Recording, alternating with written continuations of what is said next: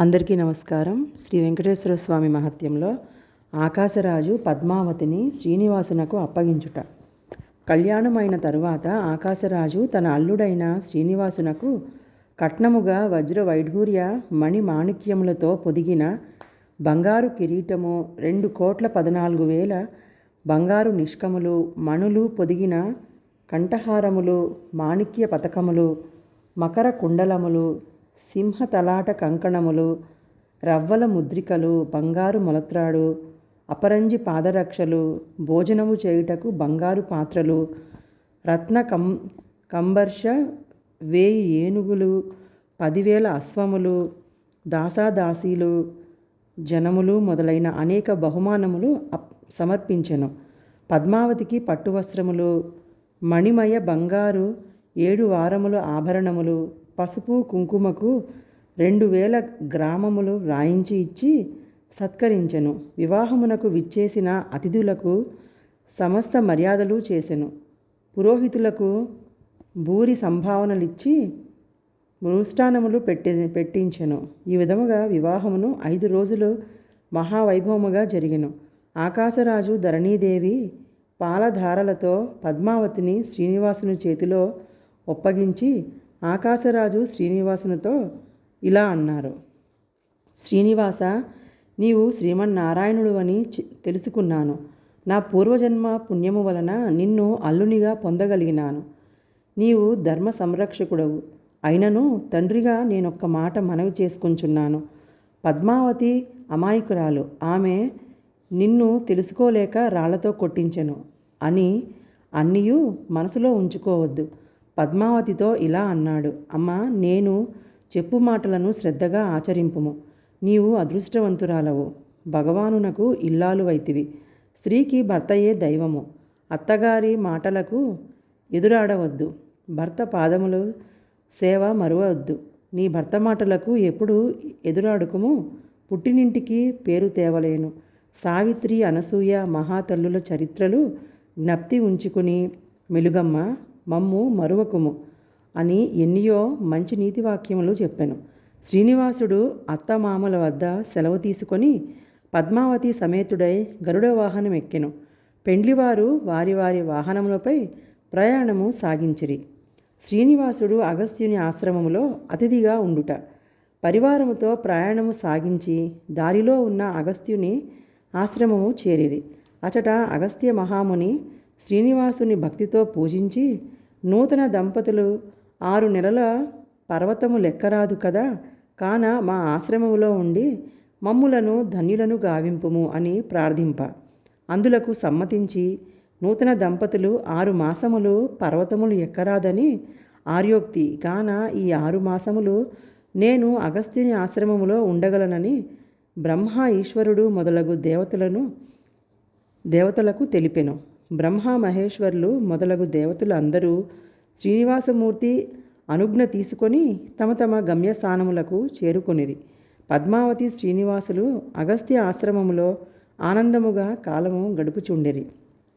ఆకాశరాజునకు మోక్షప్రాప్తి.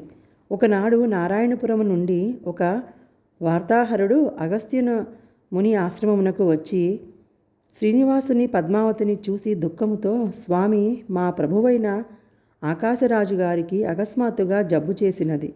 వారు ప్రమాద స్థితిలో ఉన్నారు. మిమ్ములను చూడవలేనని కోరుచున్నారు. దయచేసి రావలేను అని మనవి చేసెను. వార్తాహరుని మాటలు విన్న పద్మావతి శ్రీనివాసులు విచారపడి వకుళమాలను అగస్త్య మహర్షిని తన వెంట తీసుకుని త్వరగా నారాయణపురము చేరిరి. ఆకాశరాజు స్పృహలేక పడి ఉండెను. శ్రీనివాసమూర్తి చింతతో ఆకాశరాజును పలికరించెను. పద్మావతీదేవి తల్లి అయిన ధరణీదేవిని కౌగలించుకొని ఎడవసాగాను. ఆకాశరాజు చిన్నగా కళ్ళు తెరిచి చూసెను. ఎదురుగా అల్లుడు, కుమార్తె కనిపించిరి. ఆకాశరాజు లేని ఓపికను కూడా తీసుకొని, గోవింద, వాసుదేవ, జగన్నాథ, పరంధామ, అంత్యకాలమున నిన్ను చూశాను. నా జన్మ సార్థకమైనది. నాకు ఏమీ ఉన్నా తక్కువ లేదు. కానీ నా కుమారుడు వసుధానుడు, నా తమ్ముడైన తొండమానుడు ఏమీ తెలియనివారు. వారిద్దరినీ కాపాడవలెనని చెప్పాను. కుమార్తెను చూసి, అమ్మా, నీవు లోకజననివి, నీ వలన నా వంశము తరించినది, నీకును నాకును రుణము తీరినది అని పలుకుచూ సుఖముగా ఉండమని దీవించి ప్రాణములు విడిచెను. అందరూ గొల్లుమని ఏడ్చిరి. ఆకాశరాజునకు దహనక్రియలు చేసిరి. ధరణీదేవి భర్తతోనే సహగమును చేసెను. కర్మక్రియలు ముగిసిన పిమ్మట పద్మావతి, శ్రీనివాసుడు, వకుళామాత అగస్త్యముని ఆశ్రమమునకు చేరి సుఖముగా నుండసాగిరి. రాజ్యంబునకై వసుధానుడు, తొండమానుడు యుద్ధము చేయుట.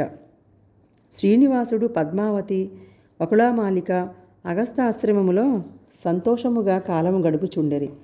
ఆకాశరాజు చనిపోయిన తరువాత అతని కుమారుడు వసుధానుడు, తమ్ముడైన తొండమానుడు రాజ్యమునకై కలహించుకొనసాగిరి.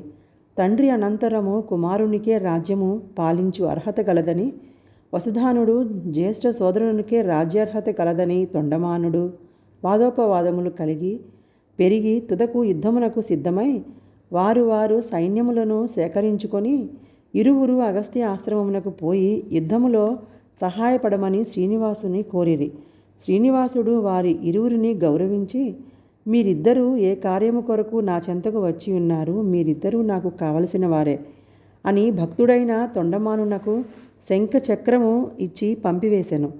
వసుధానుని వక్షమును శ్రీనివాసుడు చేరుకొనెను. అంతలా వారిరువురూ వెళ్ళి యుద్ధమునకు తలపడిరి. యుద్ధమునందు ఇరుపక్షములు సైన్యములు చాలా వరకు నశించెను. శ్రీనివాసుడు రథముపైకెక్కి యుద్ధము చేయుచుండెను. తొండమానుని కుమారుడు శ్రీనివాసునితో యుద్ధమునకు తలపడెను. చాలా భీకరముగా యుద్ధము చేయసాగిరి. తొండమానుని పుత్రుడు శ్రీనివాసుని ధాటికి తట్టుకోలేక శ్రీహరిని ధ్యానించి ఆయన ఇచ్చిన సుదర్శనము ఆయనపై ప్రయోగించెను. అది శరవేగముతో వచ్చి శ్రీనివాసుని వక్షభాగమునకు తగిలెను. వెంటనే శ్రీనివాసుడు రథముపై మూర్ఛిల్లెను. ఈ వార్త పద్మావతికి తెలిసి రణభూమికి వచ్చి భర్తకు ఉపచర్యలు చేసెను. కొంతసేపు అయిన తరువాత శ్రీనివాసమూర్తి మూర్ఛ నుండి తేరుకొనెను. పద్మావతి శ్రీనివాసుని చూసి, నాథ, ఇరువురు మనకు సమానులే, కావున రాజ్యంబు సమానముగా పంచి నాకు ఆనందమును ప్రసాదించమని వేడెను.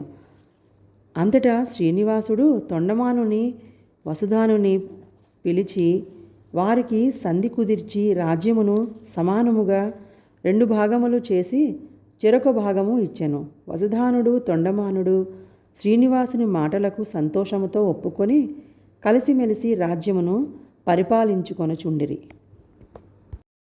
ఓం నమో భగవతే వాసుదేవాయ.